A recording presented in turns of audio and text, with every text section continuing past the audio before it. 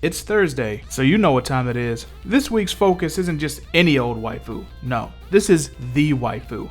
As a 90s kid who made sure to be in someone's house for Toonami every weekday, the beautiful but deadly Android 18 from Dragon Ball Z was one of my first full-blown fictional crushes. So let's dive into this week's episode and take a long, hard look at the blonde bombshell herself, Android 18. Born as a normal human named Lazuli, 18 and her twin brother Android 17 were delinquents as kids. They were eventually kidnapped by Dr. Gero of the Red Ribbon Army, where he turned them into powerful and efficient killing machines. But they maintained their free will and individuality, and given their status as teenage delinquents, this included a rebellious streak. I mean, if you were snatched off the street by a creepy old man and experimented on, I'm sure you'd rebel too. Their disdain for the not-so-good doctor persisted right up until their reactivation when they were tasked with killing Goku. And that's when they showed their true colors and sent Dr. Gero packing. And by packing, I mean murdered him. After a scuffle with the Z-Fighters, they set out to fulfill their objective of killing Goku. But eventually, they do re-encounter the Z-Fighters, as well as their big brother of sorts, Cell, who's on his own mission towards perfection, which involves absorbing the twins. Things don't really pan out for them at first, but post-Cell Saga, both androids switch teams for good. Well, 18 does at least. For 17, it depends more on which series you're watching after Dragon Ball Z. On a personal note, I technically discovered 18 before she appeared on TV here in America. I mean, with me being a child of the internet and whatnot, it was pretty much a foregone conclusion. But I really didn't find that much about her, just a few images and out-of-context clips. The mystery only heightened my attraction to her, and when she finally made a proper debut on Toonami, she completely blew me away. Those signature steely blue eyes, blonde hair, and I don't give a fuck expression, it's just enough to make a young man's heart melt. Before we meet 18 proper, we learn about her by way of Trunks, who comes from a future where she and 17 have completely laid waste to the Earth and humanity. Weirdly enough, when they debut in the proper timeline, their personalities are completely different, and they're actually stronger. 18 in particular is a ruthless and efficient fighter, shattering Trunks' sword just by blocking it with her arm. The same sword, mind you, that recently Gensu'd Frieza, who was durable enough to survive the explosion of Namek. Let that sink in. Like I said before, she's really not the most emotive or expressive person, but she does have a few different sides that she shows off from time to time, like her curious nature when she activates Android 16 right after she had just woken up. She also has a good mix of traditionally masculine and feminine personality traits. Obviously, you know she's a top-notch fighter and is totally a candidate for Spike Spiegel's "I love the kind of woman who can kick my ass" line, but she also takes pride in her appearance and has an interest in fashion to the point of occasionally playing dress-up. I really love character moments like this, just in general. They go a long way to making characters feel like real people. And of course, she is rebellious. There's one word that I really never thought to use for 18, and that's evil.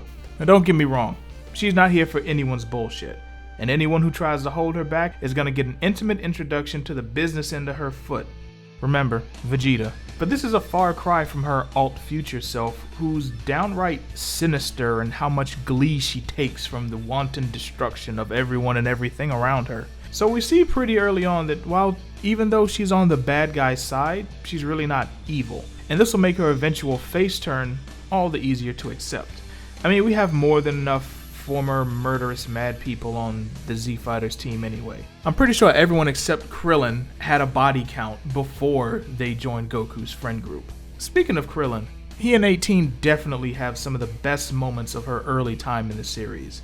Of course, there's her first see you later peck that she gives him before flying off after making mincemeat of the rest of the Z-Warriors. But when they were reunited, it was Krillin taking her by surprise when he chose not to use the remote that Bulma had given to detonate her explosive device that Dr. Gero had put in her chest. He instead chooses to do everything he can to keep her and Android 16 safe from Cell, and while he's unsuccessful in keeping her from being absorbed, he leaves a lasting impression on the android. Post-Cell Saga, we get even more of 18's personality, as she firmly joins the Z-Fighters. Her chest bomb was wished away by Krillin, whom she marries in between the Cell and Buu saga. She's still a pretty cool and aloof person with a great sarcastic sense of humor. Her deadpan responses to most things going on around her, no matter how absurd, are a great source of comedy during that last DBZ arc. And this is kept consistent in future series too. Though she never really becomes a major player, she's always present. And she does have a couple noteworthy moments to spotlight in both Dragon Ball GT and Dragon Ball Super. GT sees the return of Android 17, who fuses with a copy of himself created in hell by Dr. Gero and the recently deceased Tuffle Dr. Mew to create Super Android 17. Don't try to make sense of it, none of GT makes sense. Super 17 has even fewer fucks to give than his original first half, which he displays by murdering Krillin in front of his wife and daughter Marin. Unfortunately, 18's no match for him either, but she does get a few good licks in when trying to avenge her husband, and she eventually teams up with Goku to take the evil android down once and for all. Also, quick note here, 18 looks damn good with the shorter hair and pantsuit look. Really loving the whole business casual thing. Take notes, Hillary Clinton. But for me, her biggest flex would come years later in Dragon Ball Super, where she was one of the more prominently featured members of the Universe 7 team during the Universal Survival Tournament. She held her own against crazy odds. She's a key factor in several winning skirmishes for the team, and she even makes a sacrificial play for her brother, allowing herself to be eliminated instead. 17 would go on to win the entire tournament, ensuring Universe 7's survival. Pretty ironic when you think about it. In GT, she helped kill her brother, and in Dragon Ball Super, she saved him. Outside of the anime and manga, we really don't see a lot of expansion for 18.